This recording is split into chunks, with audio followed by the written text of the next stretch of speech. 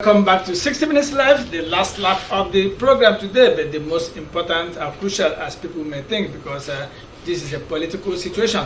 Today we are going to look at the march towards 2023 election, free and fair one, where everybody's hoping. And I have two persons here who are knowledgeable enough to discuss the issue of the way forward. Firstly, by my right here, I have Pastor Alphonsus Eberendo, the State Secretary of APGA Party, APGA. You're welcome to 60 Minutes Live. Thank you very much. I welcome our world viewers. And the next there is a human rights activist and in the person of Dr. Jude Ohanele, a human rights development expert. Dr. Jude Ohanele, you're welcome to 60 Minutes Live. Thank you very much. Yes. Just 28th of September, INEC blew the whistle for political campaigns to roll out their drums and go out and woo electorates for the next election. And the men looking at it, some of the political parties are ready, some are not yet ready, and the Peace Accord Committee has signed the parties has gotten the political parties to sign a peace accord for peaceful conduct and playing by the rules. Let me start from there. What is expected of a political party during this campaign exercise in order to adhere to the ethics and tenets of good governance and the political campaign devoid of crisis and abuses? Let me start from the human rights development expert, Dr. Jude Ohanele. Okay, well, the provisions of the Electoral Act are clear on issues around campaign. The campaign should be done in a very peaceful manner, in an orderly manner. A campaign shouldn't be done in certain spaces. You don't go to campaign in churches. You don't go to campaign in police stations. You don't involve any type of violence or any tendency towards violence in your campaigns. And Nigeria has a very big problem. Nigeria is totally economically in a mess. Security-wise, the country is not any safe by any standard and all that. So there are many real issues. So we expect that the political parties should be talking about these main issues of insecurity, issues of education. The university lecturers have been on strike for the past more than 7 months now. We have issues of healthcare delivery. Our hospitals are basically mere consulting clinics, if not worse than that. You can see that there are no roads here in the southeast. The entire road system have all collapsed, both the state roads and federal roads, and people are still earning salary every 30 days as public officials. So there are main issues that we expect those who want to be in office from May next year to begin to talk about, and that is what we expect in this campaign, that people will go about it peacefully and talking about the how, not just saying I will improve your education, because that means nothing. You need to go down to the details of how you are going to do it. And the hope is that our people will be very vigilant to know those who understand what the issues are and vote for them, and those who are basically grandstanding in the political space. This is a very good time to retire them, so that they can go home and look for other things to do. So that's what we expect as we move into this campaign. Yes, Pastor Alphonsus Eberendo, you are of a political party, APGA. Yes, All Progressives Grand Alliance. Campaigns have started, and it seems with most of the political parties are not yet ready. It's just about one or few parties that are making waves and going around. What is really happening? Does it mean that this election period caught you or the political parties napping, that up till now some are still trying to resolve the internal crisis as against going to the electorate? Because many didn't start on time to work. Maybe when the result turns out, we see them crying wolf. So what is wrong with the political parties? Well, I want to say you succinctly captured it, that some political parties are still handling their internal crisis. But I want to tell you that All Progressives Grand Alliance, APGA, the party I am the state secretary, is not one of such parties. For us, we are ready and we will hit the ground running. Our presidential candidate is a legal luminary, Professor Peter Umadi. And he is there, he was part of the peace accord. And then everything, as it has to do with All Progressive Grand Alliance, whether at the state or at the national, we're good to go. And we have hit the ground running. Incidentally, he's going to be in Imo State today. Our presidential candidate will be in Imo State today, for what I may want to call, in-house interaction with a certain segment of the party leaders. He'll be in the state today. And then for us as a political party, we have set our house in order and we're hitting the ground running.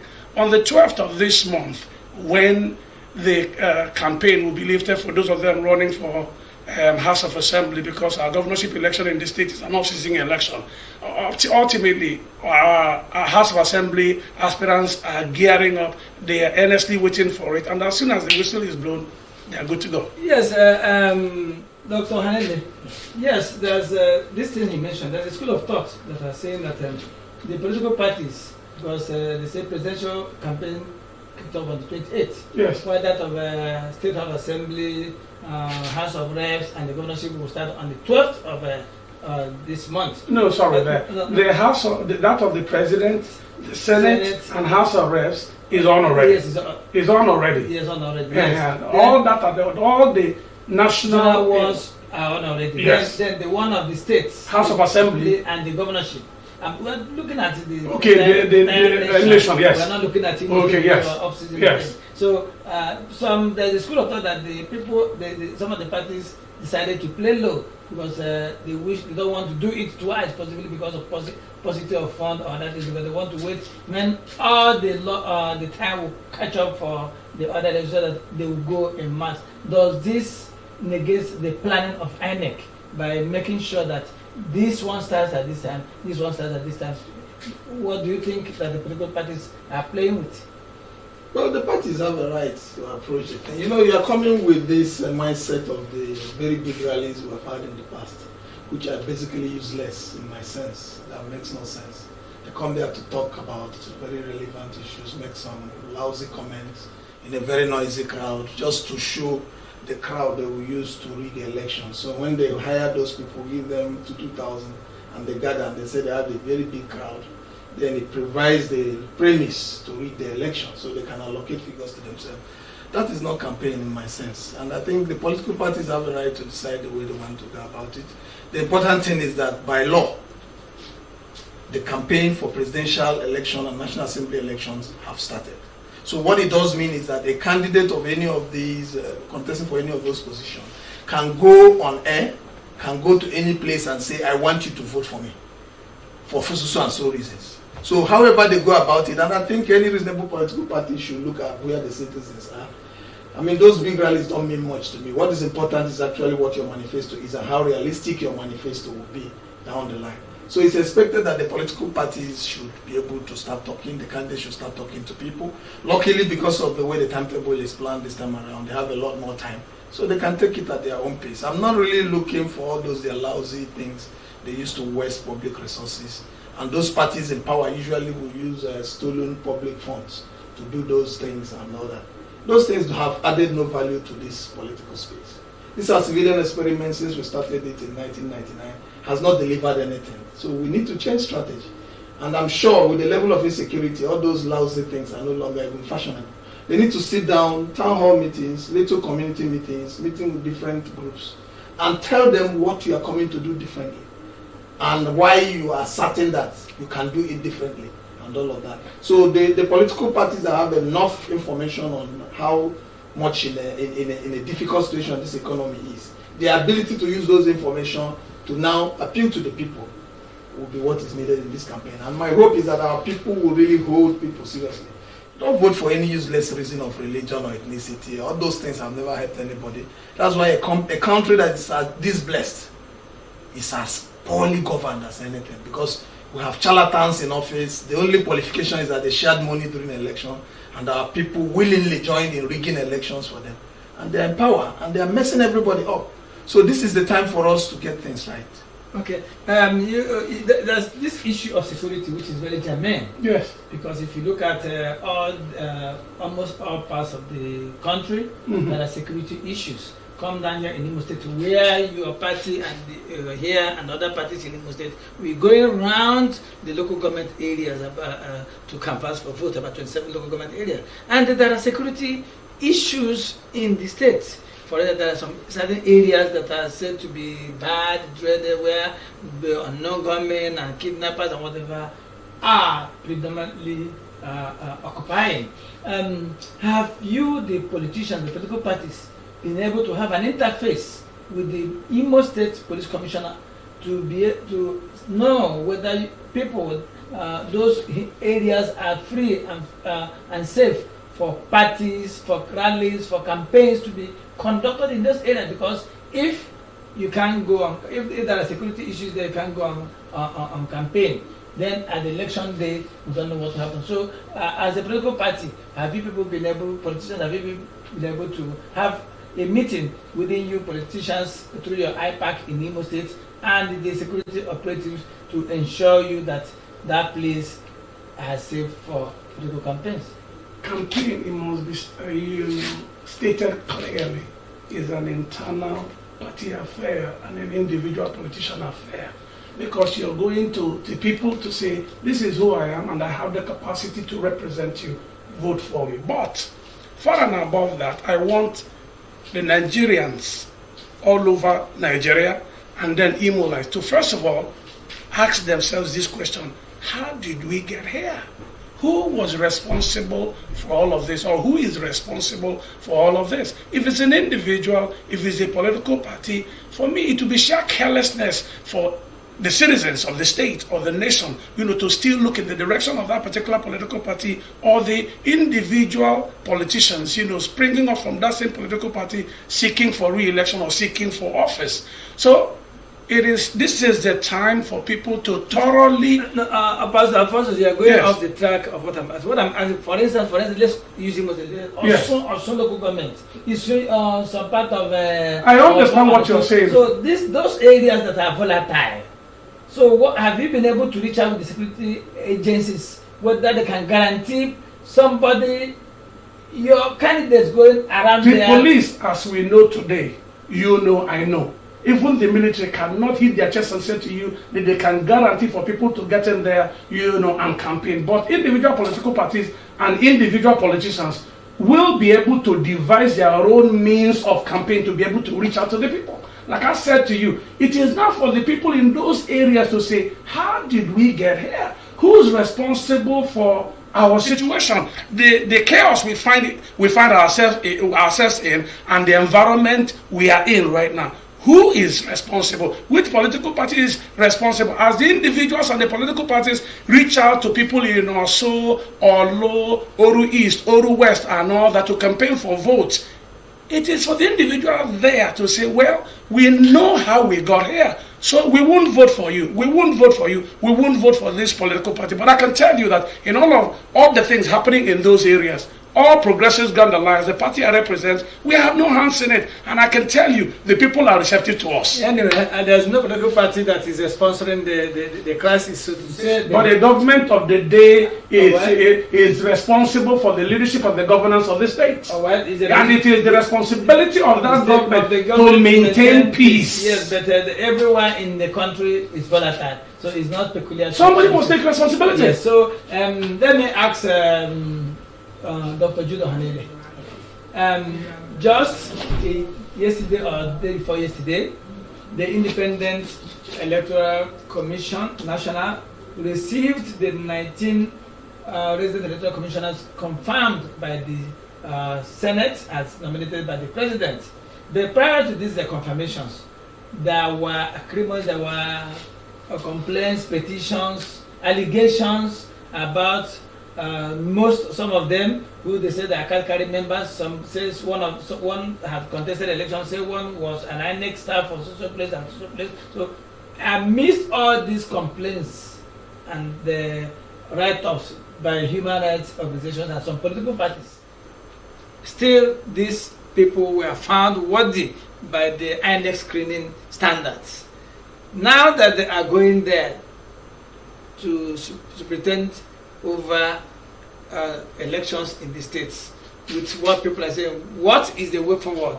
Are we those people who are still accused to have belonged to a political party? Now they are to pretend over a state election. How do we come in together to ensure that those allegations that were leveled against them before then will not be in our mindset against whatever they will do? Well, I think it's most unfortunate that the National Assembly, the Senate, actually went ahead to confirm those appointments. You know, there were people in that list that are basically people who have little or no credibility to be in such a very sensitive position. And, you know, it's unfortunate that all the effort we made to get the National Assembly to reject that list for the president to work on that list didn't yield any result till now.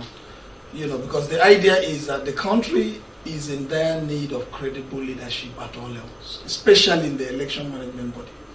You know, the same Buhari administration did well in the last set of resident electoral commissioners they appointed. They were able to get men and women of credible, you know, pedigree, you know, into that position, and they did their best to get INEC to where it is now in terms of delivering better elections. The little interest you are seeing our people developing beyond the one that was generated by political alignment is actually because of the work of some of these resident electoral commissioners. Because they are very key in the process. They are the ones that deploy election materials. And if you bring in somebody there who doesn't understand the importance of doing those things seamlessly, packaging them properly and delivering them to the field on time, considering the logistic nightmare Nigeria is in terms of transportation and bad road network, you are going to have a much more difficult election. And that was why we insisted that the government should look around and look for more serious-minded, credible men and women and nominate, not partisan, you know, to that extent, and nominate into the National Electoral Commission. But unfortunately, they left those names there, and the Senate went ahead to confirm those people, and now they say they are going to be commissioned. Put it on record, it's not INEC that screened them, it is the Senate. And the Senate will be responsible if anything happens in this election next year. And Nigerians need to put it on good record for them. They still have a chance, to recall any name and reconfirm. And I hope they are going to do that, because a good number of those people on that list have no credibility to superintend over elections. Now, moving into this election, Nigerians have to be very, very vigilant. And the international community also need to join us in the vigilance. We should not allow anybody mess up or mess around with these elections. Nigerian youths are very eager to participate. They are very committed to this process now. They have shown interest from the registration to get their PVCs up to now. You can see the level of mobilization going on. Let nobody in INEC by any means imagine that they can mess around with this election and get away with it.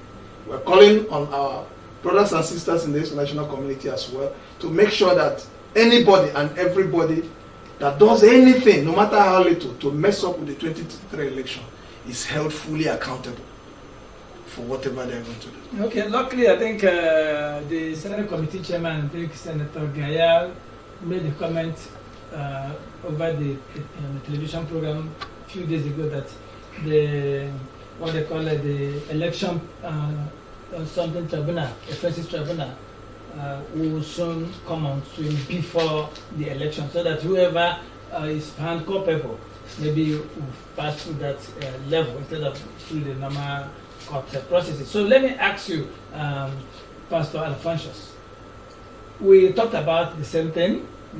Some people are saying that despite the fact that some of those people, not all, have been accused of being partisan. Yes. That, for instance, those new ones who have not served as INEC rec before, that are going to new places, have less than 5 months to go to that state, interact, move around, study the topography of the state, and even for somebody who has not been there, when some of the recs have practiced used the beavers in accreditation and possibly now to uplink results. So would there be a lacuna for somebody who is still green as a rec to come into the state that he doesn't know the logistics and the topography of the place between now and February and master it for a seamless distribution and the superintendent of free and fair, credible election and distribution of materials? I would say that it would have been nice and wonderful for this REC, Resident Electoral Commissioners, to have arrived at individual states before now. But be that as it may, I don't think there'll be so much of a challenge because the REC will not be working alone as an individual. You know, he'll have all kinds of, they have all kinds of departments, you know, within the INEC office in the states and all that, you know, and they have their staff, you know, properly trained, you know, and all that, and then plus the ad hoc staff as well, you know, that will be trained and deployed during the election and all that. I don't think that would be so much of a problem, but it would have been better if they had arrived the state earlier than now. But be that as it may, if the individual REC is determined to do the right thing, he will make sure that the right things are done, the right individuals occupy the right positions, and then proper individuals, those that have been trained for the individual responsibilities, are properly deployed. And then whatever logistics that they need to make sure they, you know, they do their individual, they handle their individual responsibilities effectively, you know, is given to them. I don't think there'll be any problem with that. Finally, let me go to Dr. Ohanleye. Dr. Ohanleye, the election of this year, next year, and this year, but the thing is being cooked and to be eaten next year. Yes. There's a new movement, the youths, the third force, on unusual manner, where some unknown personalities and political parties or group are coming up to throw their weight well and above the what I call the grand norms in politics, especially the political parties. So what do you think is this trend, and what will it give to us within a minute, because our time is almost up? Well, it's good. It's very good that the youth have woken up and their numbers, and they are very active now, and they want to participate in this election. My expectation is that they will be able to do that seamlessly, that INEC does everything possible to make sure that these young people are able to express their franchise. And my hope is that this will be the beginning of their strong engagement in the electoral process, so that even beyond the elections, they will also be there to hold the leaders accountable. I think their participation is key, because it is their future that these old politicians have messed up. And I mean, I'm totally ashamed of this country in terms of our performance, in terms of the economy, in terms of our political development, and everything. I'm really ashamed that we have such a country that is so heavily blessed and so poorly governed that people are going to school hungry. Even those who want to go to school can't go to school because their teachers are not paid and taken care of for them to go back. So you can see that we are in a very, very disturbing situation. And I'm happy that the young people have understood this. And my prayer is that they will remain focused on the ball. Don't allow anybody to distract them as we move towards this election. Abhor all forms of violence. Go there, vote, insist that your votes count. I know at the end of the day, by the grace of God, the majority should be able to have their vote. Pastor Alphonsus, vote buying is a new trend, the new language. Though it's been there, money has exchanged, has shared the money, those kind of things. So how would you, the political parties, ensure that vote buying is stopped or not encouraged? Just in a minute. For us as a political party, we've done the best that we can to make sure that in our primaries, you know, we produce for Imolites candidates that are electable, that are very credible. So we don't have vote buying in our agenda. Now, again, the bulk of the responsibility is shifted back to the electorates.